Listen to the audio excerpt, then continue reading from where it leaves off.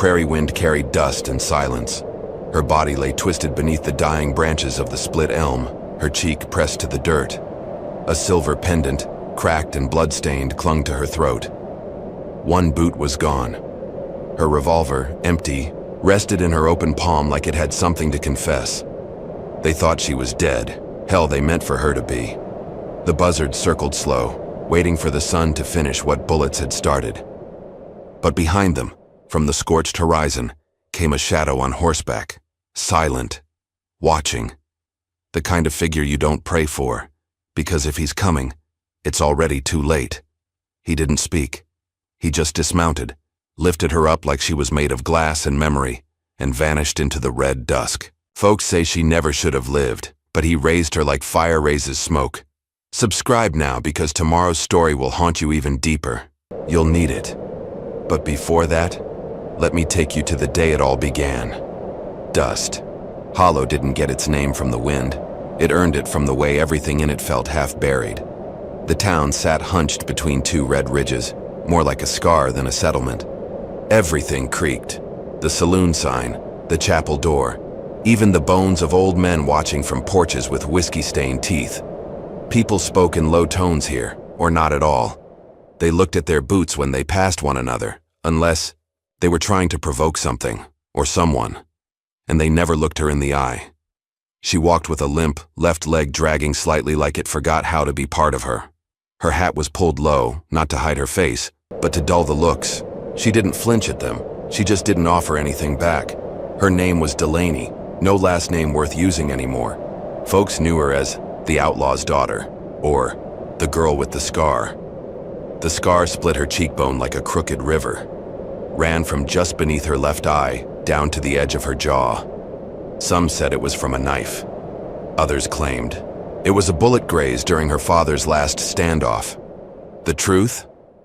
Only she knew. And she wasn't telling. She never spoke much, not since her father was strung up outside the sheriff's office, boots dangling 2 feet above regret.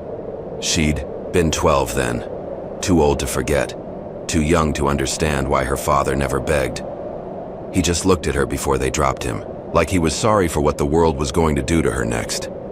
Now 20, Delaney kept to herself in a shack west of town, near the rusted train line no one used anymore.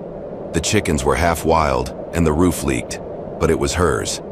She didn't work at the saloon, not pretty enough, they whispered.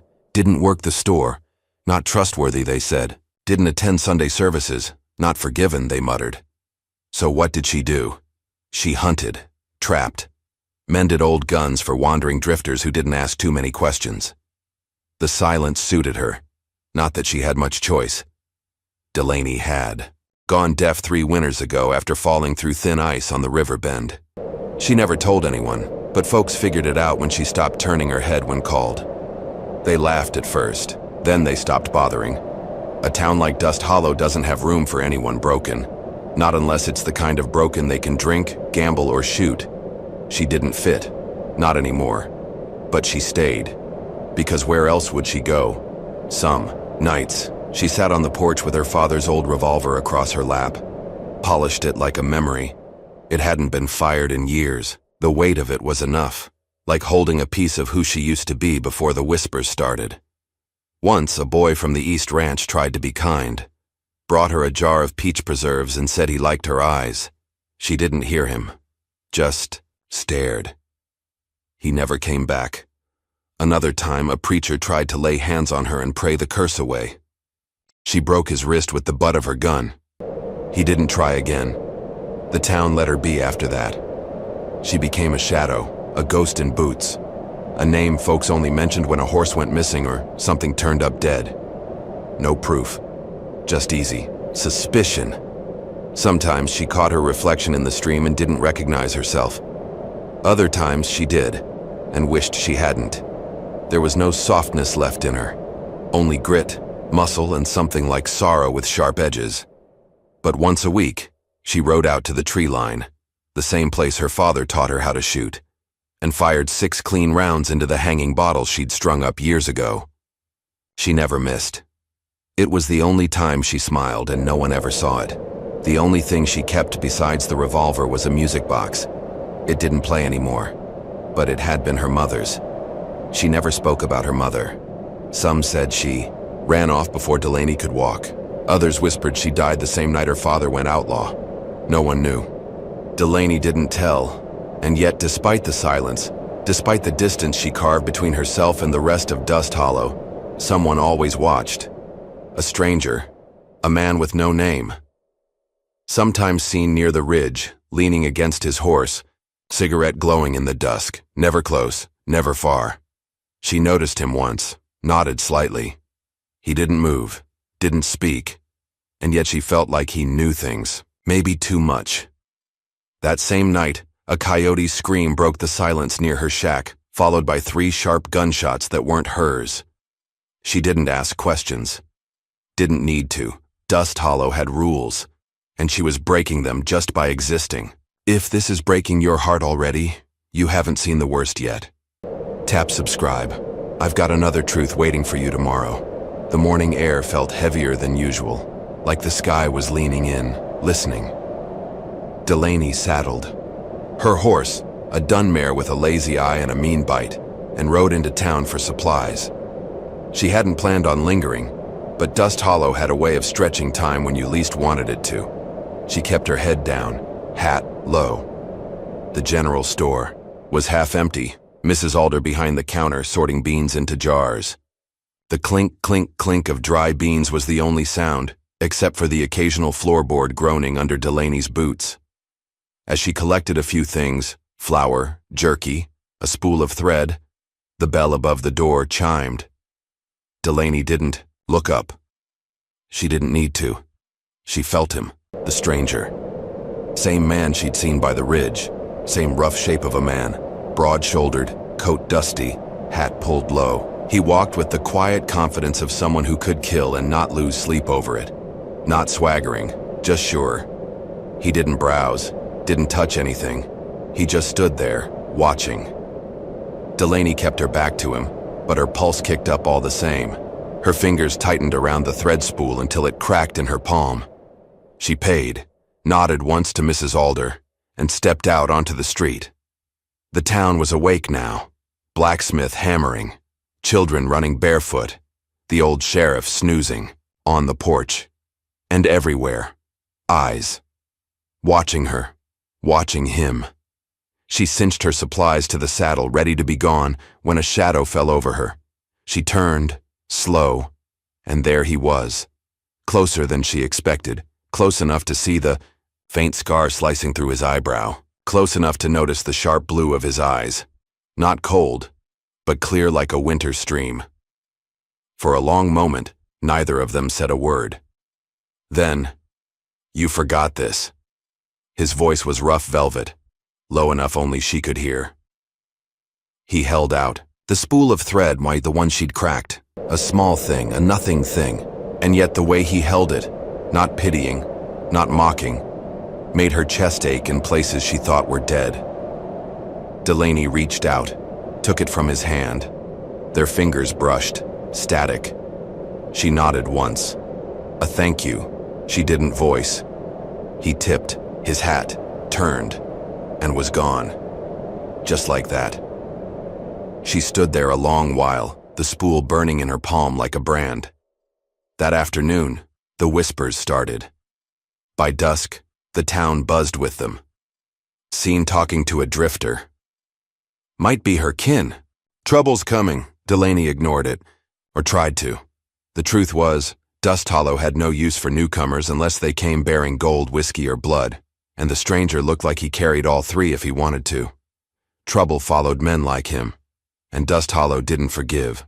Girls like her for inviting it. The next morning she found a dead crow nailed to her door. No note. No signature. Didn't need one. Message was clear. Stay in your place, or worse. Delaney took it down without a word. Threw the bird into the fire. Watched the black feathers curl and pop in the flames. She didn't cry. She hadn't cried in years. But that night, as the stars broke open the sky, she sat outside on the porch, music box in her lap, and thought about the stranger. The way he hadn't flinched at her scar. The way he didn't look through her, like she was something to be endured. He saw her, not what she carried, not what she'd lost. Her.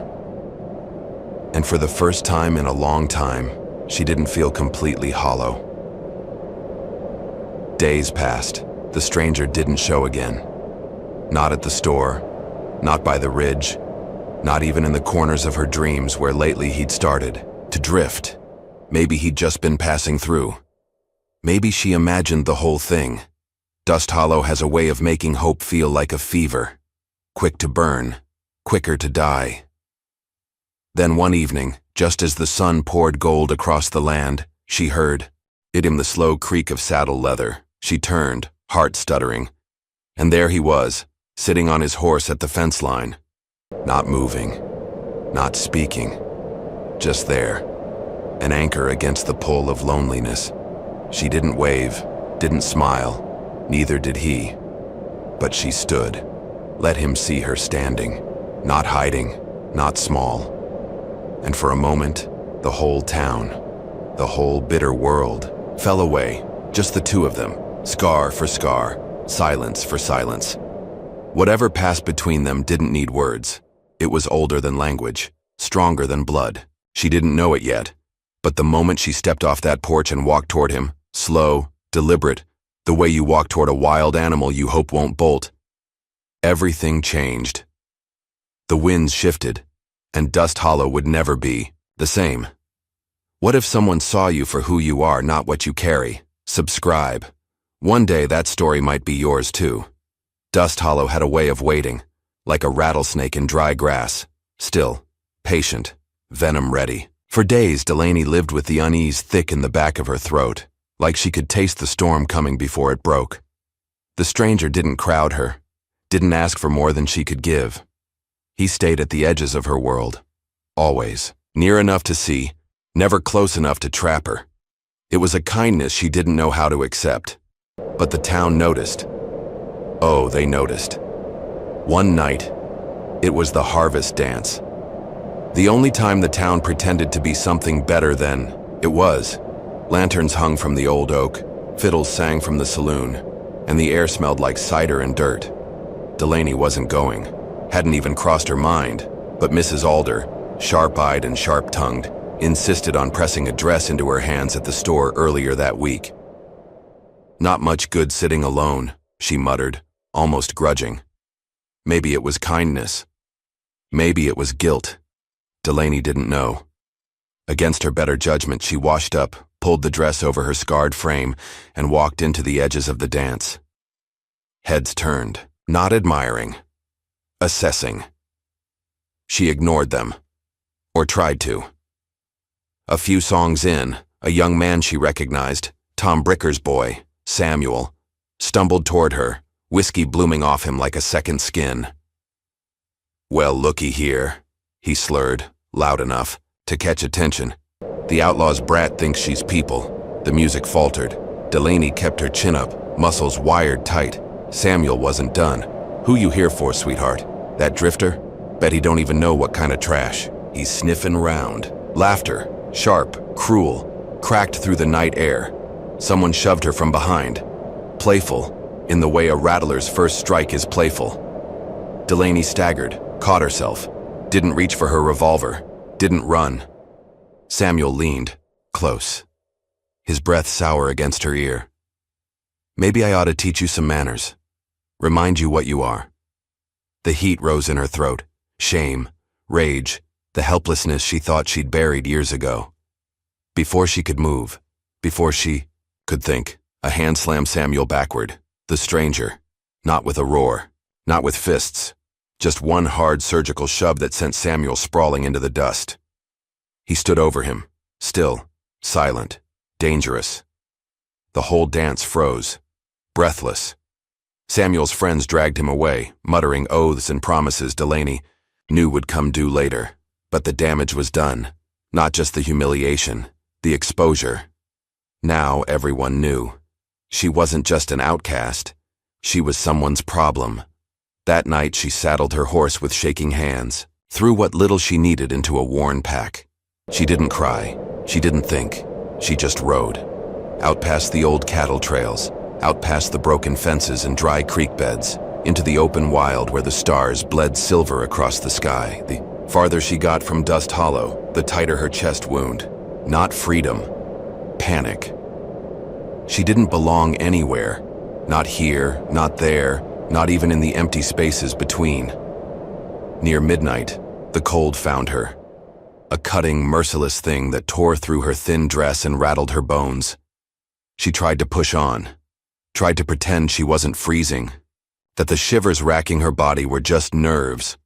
But the world spun, the ground tilted, and she hit the frozen earth hard enough to knock the breath from her. Delaney curled into herself, trying to remember how to breathe. She didn't hear the hoofbeats, didn't see the figure dismount, didn't know he was there until she felt something heavy and warm settle over her. His coat.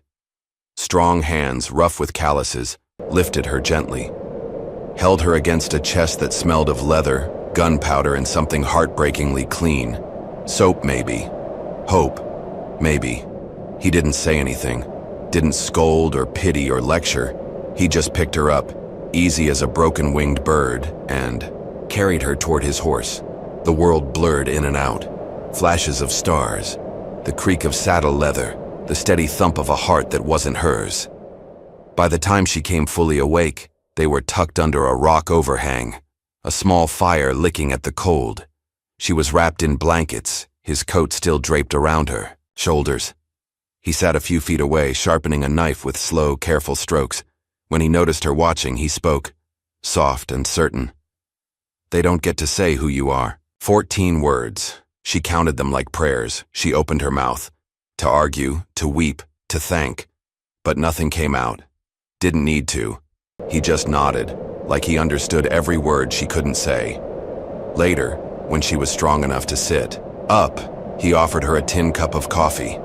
Black and bitter.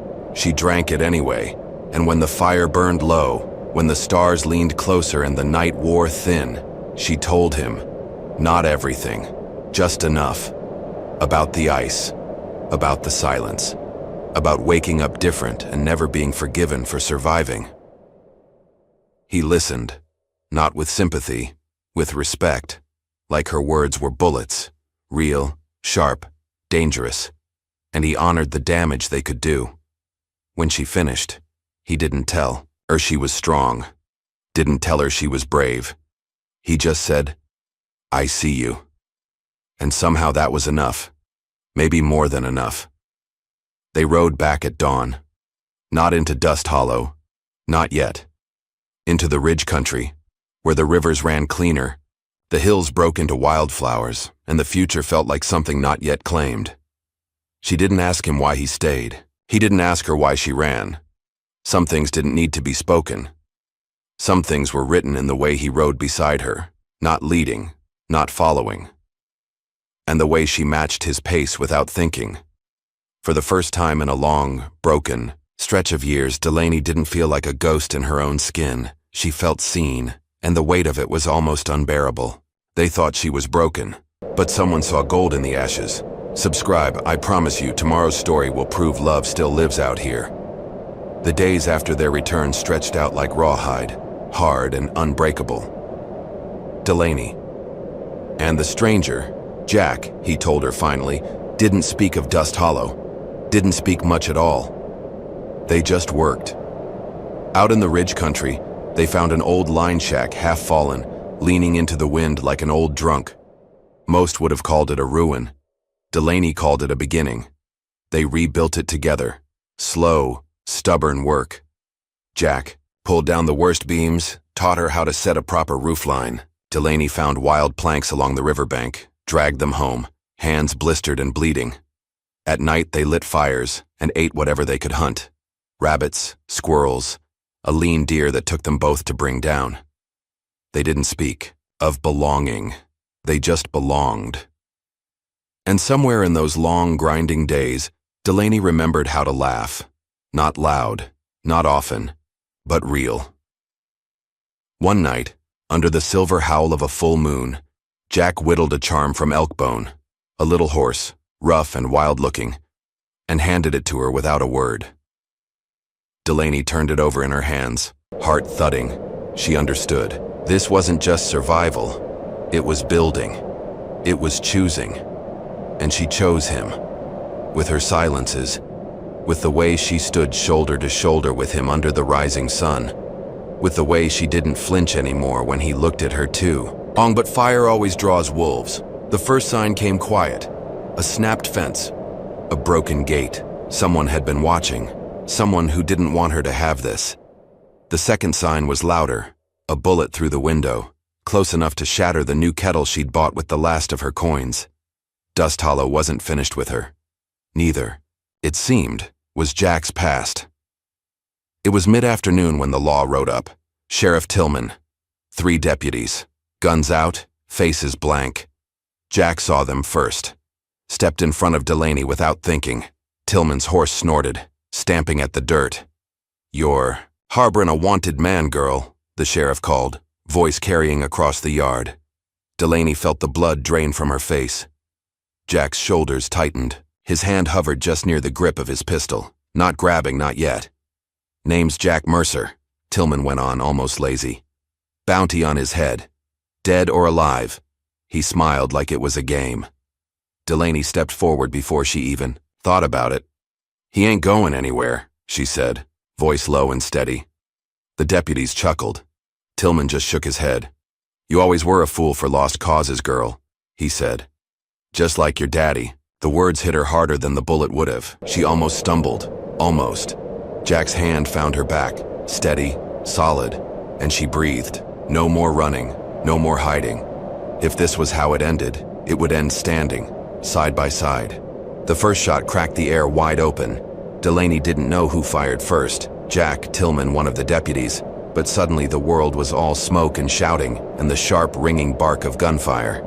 She dove behind the water trough, heart hammering so loud she could barely hear herself think. Jack moved like a ghost, fast, deadly, precise. 2 deputies fell, not dead, but screaming, bleeding. Tillman cursed, riding hard for cover. Delaney's hands shook as she drew her, revolver old, rusted, heavy. She fired once, wide, again, closer. Then she saw him. Tillman, circling behind Jack, shotgun raised, and without thinking, without doubting, she stepped into the open and pulled the trigger. The shot took Tillman in the side, sent him sprawling. Silence fell, sudden and staggering. Dust hung in the air like fog. The third deputy dropped his gun and ran. Delaney lowered her weapon with shaking arms. Jack stared at her, not with surprise, with pride. She couldn't breathe, couldn't move. He crossed the yard in 3 long strides, took her face in his rough, scarred hands. "You're a hell of a shot," he murmured, and kissed her. Not soft, not sweet, like he meant to weld them together. They buried the bodies out past the fence line, said no prayers. They were beyond prayers now. Jack didn't ask her to leave. Delaney didn't ask him to stay. The bond between them was deeper than words, built in blood, fire, and the kind of loyalty you don't speak aloud for fear the gods might hear and take it away. Winter came early that year. Snow piled at the windows, pressed against the door. Inside, the fire crackled. The old shack, patched and warm now, felt like a heartbeat between them. They carved out a life, a stubborn, raw, beautiful life. Some days she rode the fence lines, rifle across her back, a queen in exile. Some nights Jack sang low songs she didn't recognize. Broken, half-remembered ballads from another lifetime. They didn't need more, until the letter came. It arrived by Ryder, a skinny kid with frostbitten fingers and scared eyes. Delaney took it with a frown, broke the seal.